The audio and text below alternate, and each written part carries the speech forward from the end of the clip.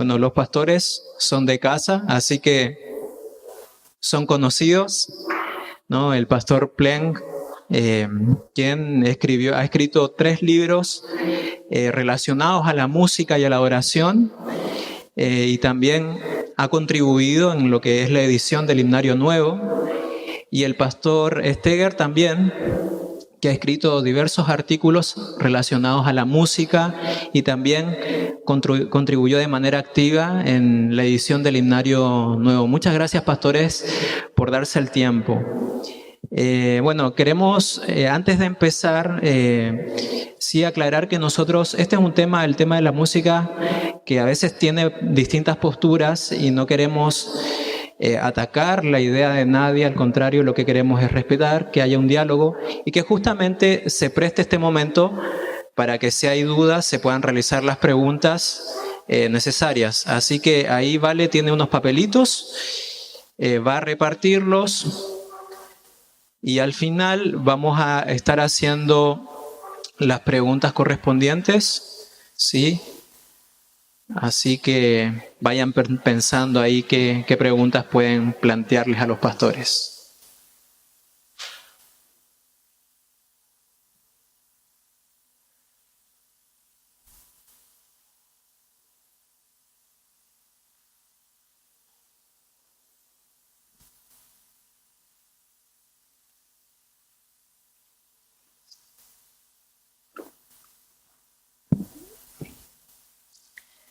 Bien.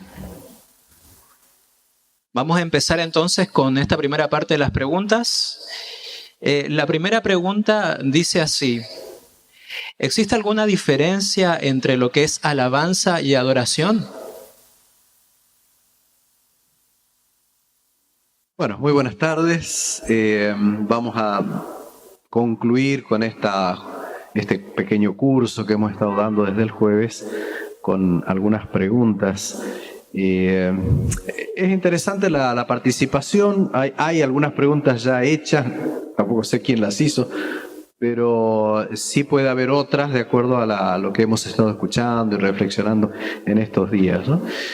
Bueno, esto es solamente para puntualizar un poquito los conceptos. Son dos términos muy relacionados y totalmente bíblicos. La Biblia habla mucho de alabanza y habla también de adoración. Normalmente lo que se entiende es que la alabanza es la manera a través de la cual la adoración se expresa.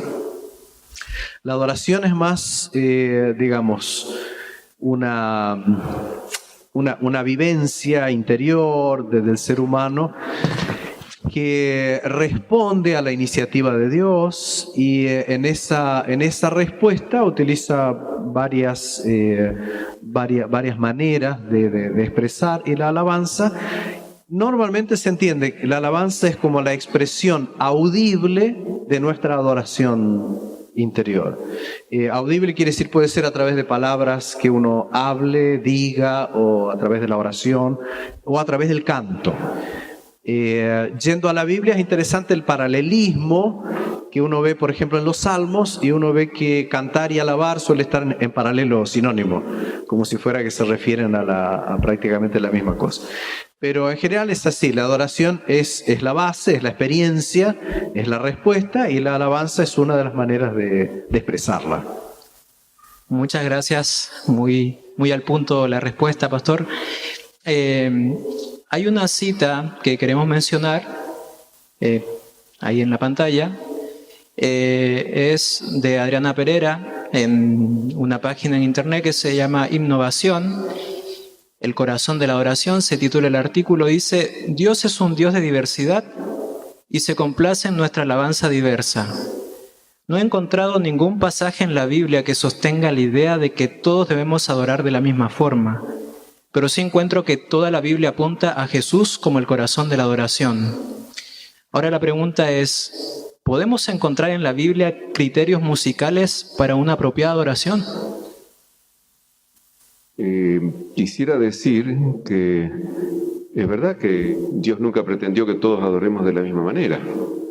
Si nosotros fuéramos hoy a una iglesia adventista en Japón o en algún otro país del Lejano Oriente, habría un espacio en la entrada donde veríamos todos los zapatos de todos los que están adentro participando del culto, y si nosotros como occidentales no nos diéramos cuenta, nos pedirían que dejemos nuestros zapatos ahí. Aun cuando tengamos miedo, nos van a decir, no, los va a encontrar a la salida, no se preocupe, esto no es Buenos Aires. Pero son diferencias. Obviamente, si alguien acá se empieza a sacar los zapatos dentro de la iglesia, le vamos a decir, ponete los zapatos porque es una falta de respeto en nuestro ambiente sacarse los zapatos dentro de la iglesia o delante de otra persona, ¿no es cierto? Si tenemos visitas en la casa, no nos vamos a sacar los zapatos y andar, aunque uno se haya lavado los pies. Entonces, obviamente que hay diferencias, así que no veo ningún problema en esta declaración, y claro que Jesús es el corazón de la adoración. La segunda parte, lo que tú habías preguntado... Sí, yo agrego una cosita más tal vez sobre esto. Esta es como una verdad evidente, digamos, no hace falta argumentar sobre algo que es evidente, que hay diferencias en distintos lugares. Lo que sí me preocupa un poquito de ciertas, bueno, o parto de otro lado. Supongo que no será la intención que nosotros opinemos sobre personas que opinan, porque ahí se complica. Sí hay ciertos movimientos o ciertos grupos que a mí me generan cierta reflexión o cierta preocupación, y es, por ejemplo, este grupo de innovación que se mencionó, algo así, donde ellos explícitamente dicen que ellos no están de acuerdo con el documento de la Iglesia sobre la música. Entonces ahí ya tenemos que poner un punto, es decir, está todo bien, pero estamos hablando de un grupo que está fuera de la filosofía que la Iglesia ha acordado sobre cómo debemos dirigir la música. Entonces, en ese sentido también quisiera que podamos prestar atención a esto. Dicen muchas cosas muy, muy ciertas y muy lógicas, o muy excesivamente evidentes, como en este caso. Pero sí tengamos cuidado cuando hay gente que se planta directamente diciendo nosotros no estamos de acuerdo con la filosofía de la Iglesia. Entonces, bueno, todo lo que digan de ahí en más está todo bien, pero no es lo nuestro. Bien, muchas gracias, Pastor. Faltaba la segunda parte. Sí. La pregunta dice, ¿podemos encontrar en la Biblia criterios musicales para una apropiada adoración? Yo creo que después de los 3 temas que presentó el Pastor Pleng aquí, esa pregunta ya debe estar con la respuesta en la mente de ustedes.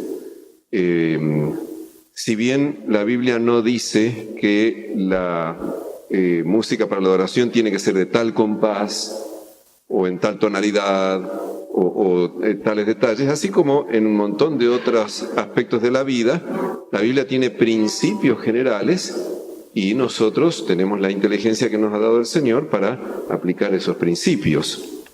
Pero vemos claramente que en la Biblia se nos indica que debe haber una diferencia, los creyentes deben hacer una diferencia entre lo sagrado y lo profano. Eso está claramente en el Antiguo y en el Nuevo Testamento. A Nadab y Abiú, por no hacer esa diferencia, le costó la vida. Levítico 10, los primeros 10 versículos, usted lo encuentra claramente, y después de ese incidente, Dios le dice a Moisés que los sacerdotes tienen que hacer una diferencia entre lo sagrado y lo profano. Eso se aplica a varios aspectos. Nosotros no venimos a la iglesia vestidos como cuando vamos a la playa o cuando vamos a otros lugares, porque este es un lugar sagrado y es un momento sagrado y es una actividad de adoración a Dios, de manera que venimos mostrando la reverencia y el respeto debidos hacia Dios. Lo mismo ocurre con la música. La música dedicada a Dios tiene que ser diferente de la música secular, que tiene otros objetivos. Y remarco eso, porque no es solo que tiene que ser diferente porque sí, sino porque la música de otros estilos, que no son los estilos de música sacra, fue creada con otros propósitos. Toda música tiene un objetivo, un propósito. incluso una filosofía de vida que está por detrás de cada música. Entonces, si nosotros tomamos un estilo musical secular, no solo estamos trayendo esas notas, estamos trayendo toda la filosofía de vida que viene junto con ese estilo musical. Tal vez un detalle más. Cuando se habla de estilo, tal vez habría que definir de qué se está hablando, a definir cuál es la pregunta en realidad. Podríamos decir que un estilo es una manera de hacer las cosas o una determinada cosa. Entonces, en ese sentido yo diría que la respuesta es sí. La Biblia habla de estilo. Ahora, si por estilo se entiende definiciones de la música tal como se utiliza ahora, no va a hablar de ciertas características musicales y demás. En el Antiguo Testamento estaban bien claras ciertas cosas, había pautas, había instrumentos que se usaban, instrumentos que no se usaban, gente que tocaba, gente que no tocaba, cómo se hacía, cuáles eran los temas, eso estaba definido. En el Nuevo Testamento habíamos dicho, no se usaba música instrumental, entonces hay muchas cosas de las cuales el Nuevo Testamento no habla. Ahora, si reunimos la información bíblica, hay elementos que hacen a un estilo musical también. ¿Ya? Muchas gracias. Bien, justamente hablando un poco acerca de lo contextual, digamos, ¿cómo podríamos sacar aspectos de la cultura y aplicarlos, digamos, sin quebrantar ningún principio bíblico? En toda cultura hay elementos que se reconocen en la cultura como elementos compatibles con lo sagrado. Y hay otros elementos que obviamente no tienen nada que ver con lo sagrado. Toda cultura tiene un elemento religioso, no importa en qué parte del mundo estemos. Y ¿cómo saber cuáles son esos elementos? Cuando estamos entregados a Cristo de tal manera que ya no vivo yo, sino que vive Cristo en mí. Y se cumple lo que dice el apóstol Pablo, de que finalmente tenemos la mente de Cristo, no con arrogancia ni orgullo, sino simplemente porque Cristo vive en nosotros mediante el Espíritu Santo y nos va transformando. Y nuestro mayor deseo es estar en Cristo y permanecer en Él, como dice en Juan 15, y hacer su voluntad. Finalmente el Señor santifica nuestros gustos y nos va guiando y nos va mostrando qué es lo apropiado dentro del contexto cultural en el cual nos toca vivir. Hay hoy en día una tendencia naturalmente a pensar que todo es una cuestión de cultura. Y bueno, pues es un problema cultural. Recuerdo una vez había preparado una compilación de artículos, de materiales sobre música, se lo regalé a un colega y dice, yo ya entendí que la música es un tema cultural. Y ahí no le dio para ninguna otra importancia, ¿no? Bueno, la cultura y la religión siempre corren en paralelo y siempre se afectan mutuamente. Y es claro que la cultura afecta en muchas cosas. Por ejemplo, el lenguaje, la manera de, como se dijo, de vestir, la manera de expresar, el tipo de instrumentos, en fin, la cultura afecta muchas cosas. El problema es que nosotros creemos que la música, como decíamos esta mañana, no es solo arte que está encerrado en valores culturales, sino que tiene algo más. Quiere decir, la cultura, todo bien, pero debe ser, digamos, pensada, seleccionada, debe ser evaluada por un criterio externo a la propia cultura. En la música secular no, en la música secular la música es un arte y debe ser evaluada como arte y nada más.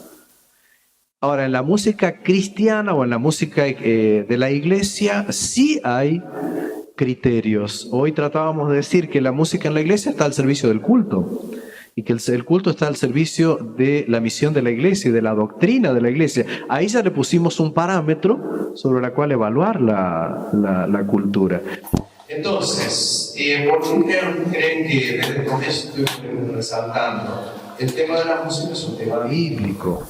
Elena de White escribió mucho sobre el tema también. Es decir, la cultura tiene su papel naturalmente. Nada más que la cultura debe estar sometida a los criterios y a los principios que emanan de la revelación. Entonces, es muy bueno que seamos estudiosos de la Biblia, del espíritu de profecía, para ver qué principios nos ayudarán a evaluar los aspectos culturales. Yo quisiera agregar algo más. La cultura, a veces se toma la cultura como algo neutro, simplemente que existe. La cultura en realidad es el producto del ser humano. O vamos a ir al origen. En realidad la cultura comenzó con Dios cuando creó al ser humano y lo puso en el jardín del Edén y le dijo que lo labrara y lo guardase. Dios estableció la primera cultura humana, vamos a decir así, en el jardín del Edén, y hubiera sido la cultura que todos hubiéramos tenido si no hubiera entrado el pecado. Una cultura santa, una cultura sin pecado, una cultura perfecta. El problema es que entró otro agente que influye en la cultura, que es Satanás. Satanás introdujo el pecado y desde que entró el pecado, entonces ahora la cultura refleja el conflicto entre el bien y el mal, entre Cristo y Satanás. Y los seres humanos que estamos en medio de ese conflicto somos los que entre todos, en forma colectiva, vamos haciendo la cultura. Porque la cultura no lo hace una persona. La cultura no se hace por decreto. La cultura sencillamente es lo que se va haciendo a lo largo del tiempo por un grupo, una sociedad, una nación o una etnia que va desarrollando su propia cultura. Entonces, por ser fruto de o estar inmersa en el gran conflicto, obviamente la cultura tiene cosas buenas y cosas malas. Eso es innegable. Toda cultura, Y acá no se trata de que mi cultura es mejor que la tuya, o la tuya mejor que la mía, o la nuestra mejor que la de los africanos, o la de los africanos mejor que la nuestra. Toda cultura tiene cosas buenas y tiene cosas malas. Y entonces ahí se aplica lo que dice Pablo, examinarlo todo y retener lo bueno, dentro de cada cultura los elementos positivos. Bueno, vamos a mostrar una cita siguiente, que es de un pastor protestante muy influyente, se llama Rick Warren. Él dice lo siguiente: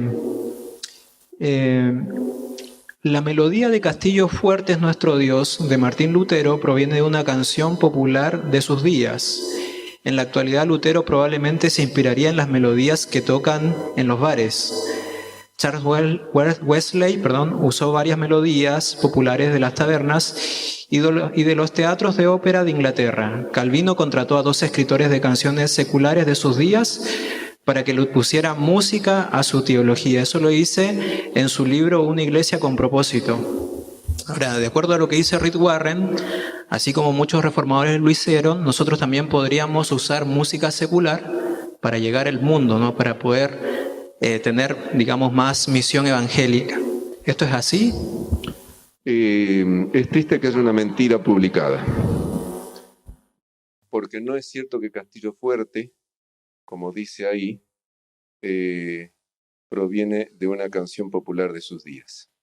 Sí es cierto que hasta Martín Lutero el canto en la iglesia estaba solamente confinado a los sacerdotes y monjes y se reducía al canto gregoriano y bueno, después fue entrando un poquitito más alguna otra música, pero no estaba al alcance del pueblo creyente, de la iglesia no cantaba.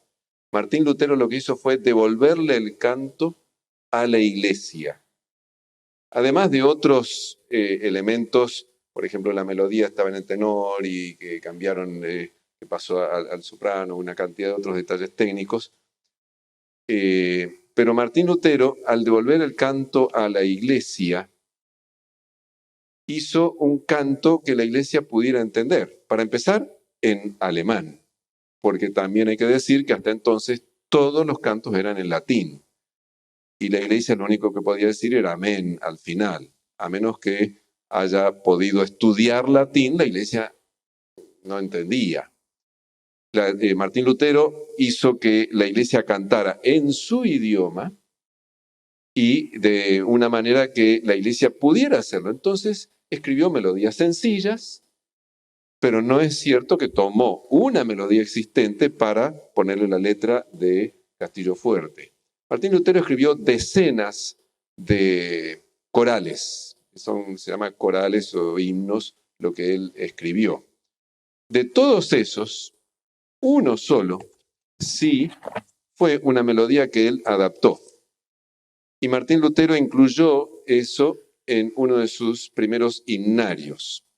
Sin embargo, el propio Martín Lutero se dio cuenta que no era buena esa mezcla, porque una melodía popular con letra religiosa crea confusión. Cuando uno la canta, vienen a la mente los pensamientos y todo lo que la letra de esa canción popular decía, ¿no es cierto? Entonces, en la siguiente edición de su himnario, sacó ese único que él había puesto, que era sí una melodía popular, pero no era Castillo Fuerte es nuestro Dios. Tal vez agrego alguna cosa más sobre Rick Warren, que es el autor que estamos mencionando. Acá estamos citando gente destacada fuera de la iglesia adventista. ¿Ya? Rick Warren es un pastor bautista de California que creó una mega iglesia, uno de los autores muy reconocidos, es un pastor muy popular en los Estados Unidos, pero que tiene criterios totalmente distintos, ¿no? Es interesante porque nosotros no le preguntamos a los bautistas qué creer acerca del día de reposo, de la inmortalidad del alma, pero sí le preguntamos sobre la música. Si ellos pueden opinar sobre otras cosas, no hacemos caso, pero si opinan sobre la música, nos hace ruido. Ellos tienen criterios distintos en esa manera de dirigir el movimiento de crecimiento de iglesia. Ellos hacen, por ejemplo, de los cultos principales de la semana una reunión de evangelización. Entonces, lo principal, a diferencia de lo que decíamos hoy en la mañana, lo principal para ellos del culto central es la evangelización. Con el criterio que para evangelizar a la gente del mundo hay que hacer lo que el mundo hace. Es decir, hay que vestir como el mundo viste. Él jamás usa una ropa formal para predicar, usa una remera, una camisa, como la gente usa. Y él dice, la música que tiene que hacerse en el culto es la música que la gente escucha en la radio cuando va en el auto. Entonces ese es el criterio que él tiene. Nosotros tenemos un criterio distinto. Y él, por otra parte, cree que la música es neutra. Él es el que dice que no hay diferencia entre música sagrada, sacra o secular, que la única diferencia es la letra. Él dice, la única diferencia es la letra. Nosotros creemos que no, y los documentos adventistas ya lo dicen. La música no es espiritual ni moralmente neutra, dice el último documento de la filosofía adventista de la música. O sea, estamos hablando de dos lenguajes distintos. Entonces tenemos criterios distintos y claro, cuando uno tiene ese criterio de que la música de la iglesia debe ser la música que la gente escucha en el auto, con lo cual estamos diciéndoles que ellos pueden cambiar en otras cosas, pero en la música no necesitan cambiar nada, así como vienen tienen que seguir, cuando sabemos que entrar a la iglesia significa hacer algunos cambios, y eso incluye la música también, sino que tienen ese criterio, la música es neutra. Nosotros creemos que no, y los argumentos que usan son argumentos forzados. La verdad, son argumentos forzados. Que Lutero haya apelado a algún canto secular, porque realmente por 1000 años la iglesia no había cantado y no había himnos para el canto congregacional. No significa que hoy, cuando abunda la música para el canto congregacional, tengamos que ir a los bares. Hermano, es medio una tomada de pelo, me parece a mí, enseñarnos que tenemos que ir a los bares para inspirarnos en la música que vamos a hacer. No obstante, eso es lo que ellos están haciendo.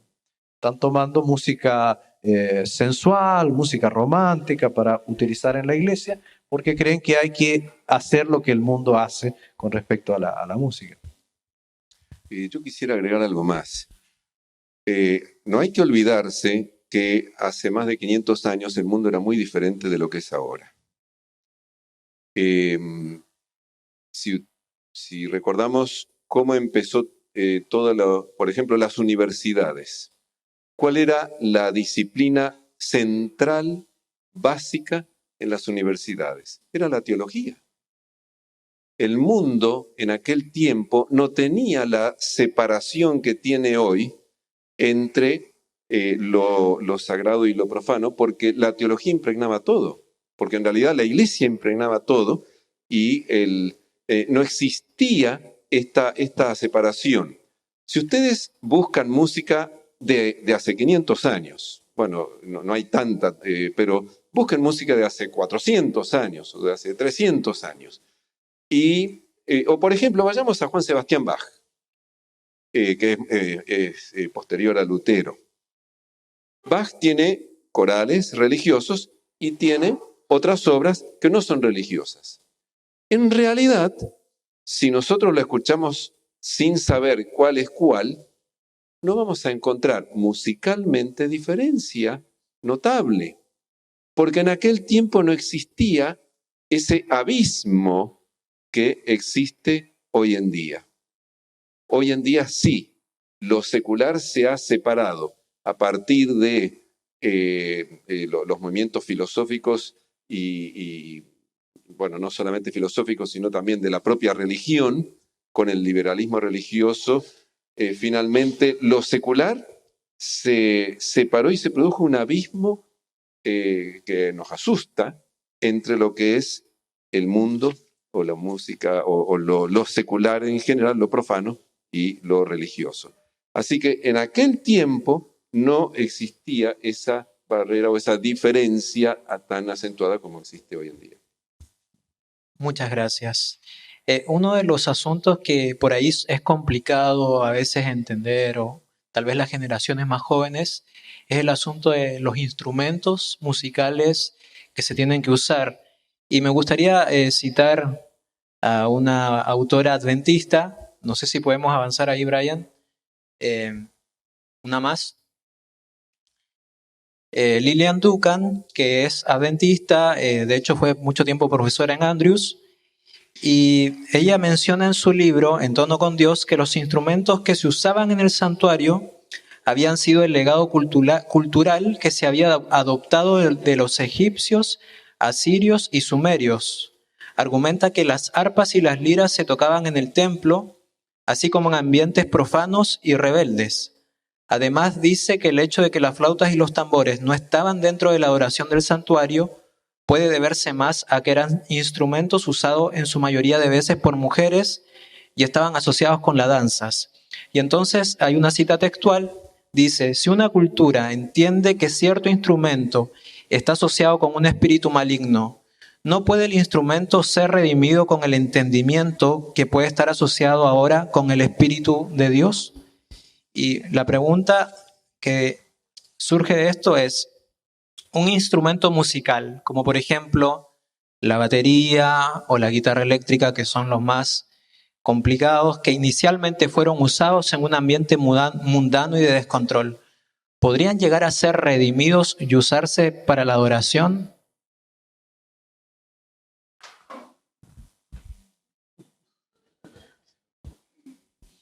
Bueno, estamos otra vez en el mismo tono. Debo aclarar que expresé mi disconformidad con las preguntas seleccionadas, porque no creo que reflejen las preguntas que nosotros tenemos en general. Pero bueno, son las que aparecen por ahí y ahí están. Porque nos obligan un poco a opinar sobre gente que conocemos y a algunas personas dentro y otras fuera de la iglesia. Lo mencioné esta mañana, lo mencioné la primera noche, esta autora que escribió ese libro, En tono con Dios, una profesora de la Universidad de Andrews. No la conozco, pero sí leí el libro y quiero decir que tiene muchas cosas buenas, interesantes, y no comparto otras. Directamente no las comparto. Y por eso lo mencioné esta mañana. O sea, no es casual. Yo esta mañana lo he mencionado al tema y expresé esto también. Sobre todo porque al leer el libro me queda la sensación de que los instrumentos que se eligieron para tocar en el templo tenían una base cultural. O sea, eran los instrumentos que se usaban en los países de alrededor y qué sé yo cuánto. Cuando nosotros la primera noche aquí leímos en forma demasiado clara, me parece a mí, de que David eligió 3 instrumentos dentro de un conjunto de instrumentos porque fue aquello que los profetas lo orientaron a elegir por mandamiento de Dios. Entonces, ¿dónde está la cultura ahí? Sí está la cultura en el sentido que eligió entre instrumentos existentes en la cultura de aquella época. Pero dentro de la cultura de la época hizo una selección. Entonces ahí están los dos aspectos. ¿Eran instrumentos que se usaban en Egipto o que se usaban en Fenicia? Sí. pero dentro de esos hubo una selección guiada por Dios. Y no fue un criterio cultural el de David. David fue guiado por los profetas y el profeta transmitiendo el mensaje de Dios. Que para su época esos instrumentos seleccionados tenían mejores connotaciones sacras, probablemente. Y que aquellos que no se usaron, que son instrumentos bonitos, como la flauta, por ejemplo, probablemente hayan tenido alguna connotación en la cultura de la época que hacía a la gente pensar en determinadas cosas. Pero justamente ese hecho, basado en la cultura, nos invita a nosotros también a pensar en la necesidad de elegir aquello que nos acerque más al espíritu de lo religioso, ¿no?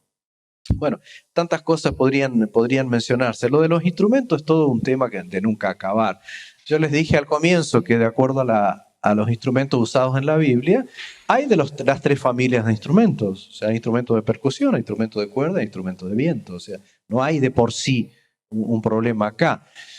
Cuando hablamos de instrumento, en realidad el problema no es el instrumento, es el estilo de música. Ustedes pueden escuchar el Aleluya de Händel con una orquesta y van a tener todo tipo de instrumentos. De instrumentos de cuerda, de instrumentos de percusión, timbales y todo lo demás. Tienen instrumentos de viento y es una pieza absolutamente sacra, ¿no? Ahora, esos mismos instrumentos ustedes los reagrupan y lo usan para otro estilo y el estilo es absolutamente secular y mundano. Entonces, lo que la iglesia debe decidir no es qué instrumento va a usar, sino qué estilo de música va a adoptar. Porque de acuerdo al estilo, entonces es el instrumento que mejor se presta para ese estilo. Quizás complementando lo que decía el pastor, él decía lo que mejor se presta, la palabra instrumento, algo instrumental es algo para cumplir un objetivo, para hacer algo. Nosotros comemos con instrumentos, con una cuchara, con un cuchillo, con un tenedor, ¿no es cierto? Ahora, cada uno de esos tres cubiertos fue creado para cumplir una función. Yo podría intentar comer la sopa con un tenedor. Podría intentar comer la sopa con un cuchillo. ¿Qué problema hay? ¿Lo puedo elegir acaso? Sí, claro, pero es que no se presta para cumplir esa función. Voy a demorar eternamente si quiero comer la sopa con el cuchillo. Entonces, la cuchara es lo que mejor se presta para eso. Entonces, cuando elegimos un instrumento para la iglesia, para la música en la iglesia que tiene que tener la función de alabar a Dios, de acompañar el canto congregacional, tenemos que buscar un instrumento que se preste para cumplir esa función. Así que hay una cuestión funcional aquí, además de lo que ya mencionaba el pastor. Ahora, en cuanto a la asociación con algún espíritu malo o algo diabólico, algo satánico, yo creo que tenemos que ser muy cuidadosos en eso. Si algo está universalmente considerado algo satánico, a ver, por ejemplo, la estrella de 5 puntas, entiendo yo, es un símbolo del ocultismo, el rock, el satanismo, todas estas cosas.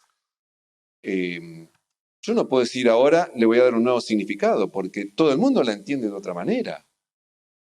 Yo no puedo tomar el escudo de uno de los grandes equipos de fútbol de Argentina y decir, no, eso ahora significa... No, porque todo el mundo lo entiende de otra manera. Entonces, si tomo algo que está reconocido totalmente como algo satánico, voy a estar jugando y metiéndome en terreno de Satanás y Satanás me va a decir, no, eso no te corresponde, tienes otras cosas y no hay por qué meterse inútilmente en terreno de Satanás. Tal vez otro asunto que se me ocurre mencionar. Es verdad que prácticamente cualquier instrumento puede ser mal tocado. O sea, no hace falta tener ciertos instrumentos para hacer mala música. Se puede hacer con cualquier instrumento mala música. Uno puede tocar mal el piano, el órgano, el violín, cualquier instrumento puede ser. Así que es verdad en cierto sentido que los instrumentos en muchos casos dependen de la manera como se los toque. Yo he visto guitarras muy bien tocadas, no digo que yo toque bien porque apenas hago algunas notas, pero hay guitarras muy mal tocadas. Y y se puede hacer tanta cosa con una simple guitarra que como con otras. Ahora, también existe una cuestión de énfasis. Hay ciertos instrumentos que fueron creados para producir cierto efecto. En la música cristiana, ¿cuál es a dónde apuntamos? Apuntamos, como tratamos de expresar de alguna manera, a un culto racional, un culto que tenga discernimiento, claridad, que apele a la mente y al corazón. Ahora, hay ciertos instrumentos que están construidos y usados para apelar a otros aspectos que pasan más por lo físico, pasan más por lo pasional o por lo instintivo. Y la música que los usa tiene deliberadamente ese efecto, ¿no es cierto? Hay música que distorsionan las cosas, distorsionan la voz, están hechos para despertar otro tipo de pasiones. Y no me digan que estoy hablando de filosofía, porque ustedes saben que en ciertos conciertos de rock la gente empieza a destruir cosas. Empiezan a romper la silla, empiezan a golpearse, Hay ciertos cantantes y ciertos grupos que producen siempre violencia. Yo decía, pero no es solo música. ¿Y la música no era solo neutra? ¿No era neutra, que no decía nada? Y bueno, pero ¿y cuál es el efecto que produce? Entonces, lo que decíamos, insistimos, hay una necesidad de elegir aquello que se presta más para los objetivos de la música cristiana. ¿Qué queremos lograr? ¿El mismo efecto de un concierto de rock? Evidentemente no. Ni siquiera el efecto de una música romántica. Tenemos otros objetivos, y esos objetivos se ven mejor cumplidos, aún en diferencia de matices culturales, con ciertos instrumentos que con otros. Muchas gracias. Vamos a hacer un espacio de música, vamos a cantar un poquitito y ya retomamos entonces.